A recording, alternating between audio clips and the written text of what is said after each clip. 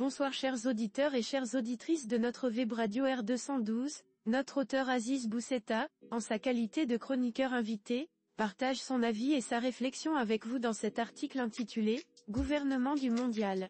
Oui, mais qui pour le chauffeur ? Le voici en podcast pour vous. Aziz Bousseta entame sa réflexion par une mise en contexte familière et politique de la manière suivante. Comme d'habitude, comme partout, à l'approche des élections et des campagnes électorales enflammées, les appétits s'aiguisent et les armes s'affûtent. Certes à fleur est moucheté, mais des fleurs est quand même, le PAM dit qu'il voudrait y être et le RNI croit dur comme fer qu'il y sera, pendant que l'Istiklal ne dit rien, mais n'en pense pas moins, comme les autres partis qui sont relégués dans l'opposition, ou même pas. Notre journaliste enchaîne en rappelant le cadre constitutionnel qui régit la désignation du chef du gouvernement. L'article 47 de la Constitution, on le sait, dispose que le roi désigne le chef du gouvernement dans les rangs du parti arrivé premier aux législatives. Et le roi Mohamed VI a ajouté à cela ce qui désormais est devenu une tradition politique, en l'occurrence la nomination du chef du parti en question, Feu El Youssoufi, messieurs El Fassi, Ben Kiran, et Lotmani. Siégeait tout tenant le rôle de l'exception confirmant la règle.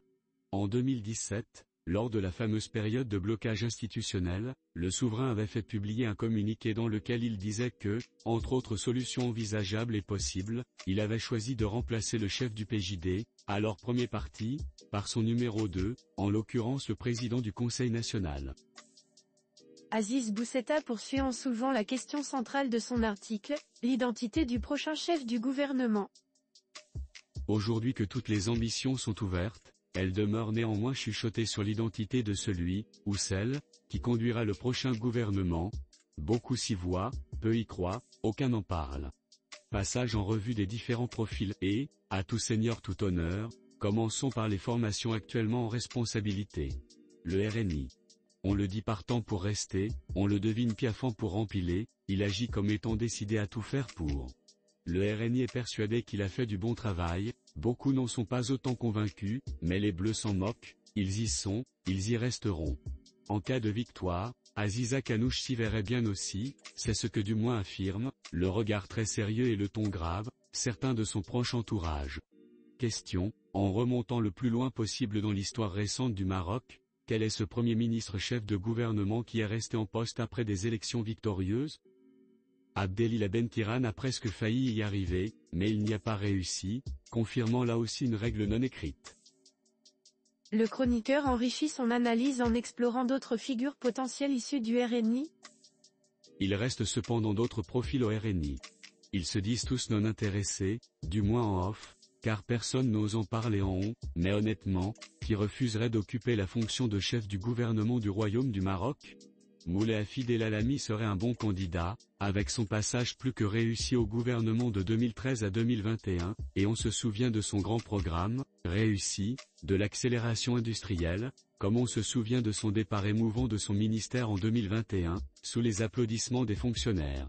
Le très silencieux Chakib Ben Moussa, qui a occupé presque tous les postes importants, a été peint en bleu en 2021, et on se demandait bien pourquoi, mais s'il n'a jamais été bleu dans l'âme, il a gardé plein de bleu sur le corps à sa sortie du gouvernement. Il poursuit sa revue des possibles figures féminines du parti. Nadia Feta, la dirigeante sobre qu'on pourrait presque croire effacée si on ignore sa véritable personnalité. Spécialiste en fusion-acquisition dans le privé, elle s'est fondue dans la fonction publique et y a acquis une grande expérience et expertise. Orniste par nécessité, elle est surtout d'une discrète et redoutable efficacité, mais elle est desservie par son silence et son invisibilité, précisément. Le nom de Mbarka Boueda est également avancé comme potentiel ou possible chef du gouvernement à venir. Elle est politique, au besoin politicienne, plusieurs fois élue, plusieurs fois membre du gouvernement, elle est aussi polyglotte et madrée. Au chapitre femmes, donc, le RNI peut proposer l'économiste financière ou la politique, diplomate. Aziz Bousseta change ensuite de formation et s'intéresse au PAM ainsi. Le PAM. On prête à Fatima Zahra Mansouri l'ambition de remporter avec son parti les élections à venir, et donc de diriger le gouvernement du mondial, comme elle le laisse entendre elle-même, écoutant certainement des voix venues de l'intérieur, sans majuscule. Elle est maire de Marrakech pour la seconde fois, non consécutive. Mais être femme, mère et ministre ne prédispose pas forcément à la primature. Les actes, les faits, les réalisations priment. Mehdi Ben Saïd est, de la reconnaissance de tous, la véritable cheville ouvrière du PAM, dont il est aussi le co-chef, avec un tout petit cran tout de même en dessous de Madame Mansouri. Doté d'un courage politique très singulier et rare dans le pays, il ne refuse aucun débat, aucune joute, aucune descente dans la mêlée. Ancien député et actuel ministre, ouvert sur la jeunesse et les nouvelles technologies, il est sur tous les fronts. Et il est crédible. En dehors de ces deux profils et malgré le dopage et quelques racolages, le PAM n'abrite pas beaucoup de profils chefs du gouvernement tisables. Il se penche ensuite sur l'Istiklal et son chef de file. L'Istiklal. Le parti est crédible, sa nouvelle direction aussi, et son secrétaire général surtout. Nizar Baraka s'y voyait en 2021 déjà, mais le tsunami bluff en jeu en avait décidé autrement. Le ministre de l'équipement et de l'eau est docteur en économie, plusieurs fois ministre, ex-patron du Conseil économique, social et environnemental, de la commission scientifique de la COP22 et du dialogue stratégique Maroc-États-Unis, ce qui signifie qu'il connaît bien les ressorts et la logique économique yankees, une qualité bien utile par les temps qui courent. Organisateur, communicateur, il est aussi efficace qu'éthique, mais il ne rechigne pas, au besoin, de montrer sa férocité qui n'apparaît pourtant pas au premier coup d'œil. Le chroniqueur continue avec une mention des autres partis politiques. Et les autres, l'Union socialiste des forces populaires, n'a personne et cela tombe bien car personne ne la donne gagnante en 2026. Le MP mène une lutte épique pour ne pas être oublié, et l'UC est oublié. Le PJD avec Abdelila Benkiran continuera de tanguer, et si l'ancien chef du gouvernement s'en va, le parti aura besoin de quelques années pour se construire. Or si Benkiran, une personnalité puissante et marquante mais aujourd'hui frappée d'obsolescence. Il évoque ensuite le Parti du Progrès et du Socialisme et son secrétaire général. Il reste le Parti du Progrès et du Socialisme, crédible dans ses positions, courageux dans leur expression, intrépide face aux sanctions, mais handicapé par son éternelle petite dimension. Nabil Ben Abdallah, son chef, est un de nos meilleurs politiques, mais il n'a aucune chance de rafler la centaine de députés, qui lui permettrait de briguer la pole position et d'attendre le coup de fil du palais. Aziz Boussetta conclut cette galerie de portraits avec la figure singulière d'un outsider. Il existe bien sûr des outsiders, comme Fouzi Lekjaa, dont le nom revient souvent pour la fonction.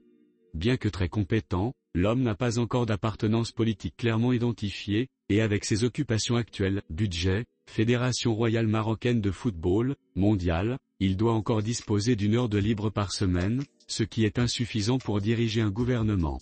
Alors, qui ? Partant de la Constitution et se basant sur la tradition installée par le roi sur ses choix d'un chef du gouvernement, le fauteuil de chef du gouvernement balancera entre ces différents profils.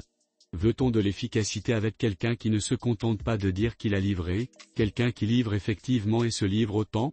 De la féminité, pour crier au monde que nous avons une chef de gouvernement, quoique Madame Feta ait d'autres atouts ? De l'éthique, enfin ? La population décidera et le roi affinera. Et enfin, Aziz Boussetta termine sur cette injonction pleine de bon sens et de gravité. Toujours est-il qu'il faut garder à l'esprit que le parti qui sortira des urnes et le chef du gouvernement qui sortira du palais auront à affronter bien des périls et des défis. Le mondial certes, mais surtout la suite. Que fera-t-on de toutes ces infrastructures, dont le stade le plus grand du monde par exemple ? Il lui faudra gérer les perturbations du monde, Donald Trump et ses décisions erratiques, l'Europe qui se droitise, voire s'extrême droitise, les Algériens qui remuent, il lui faudra gouverner avec la pluie qui se fait rare, l'endettement et donc les finances publiques qui inquiètent, l'émigration qui effraie, la nouvelle génération qui émerge et reste au pays, avec ses codes, ses attentes et sa mauvaise humeur, en plus d'autres mutations, par essence imprévisibles. Les électeurs devront réfléchir à 2 fois, voire plus, avant de glisser leur bulletin dans l'urne. Ils devront réfléchir parti et non-affect, imaginant qui pourrait être chef du gouvernement après leur vote. De ce scrutin sortira, en 5 ans, l'émergence ou la désespérance. À nous tous, toutes, de voir.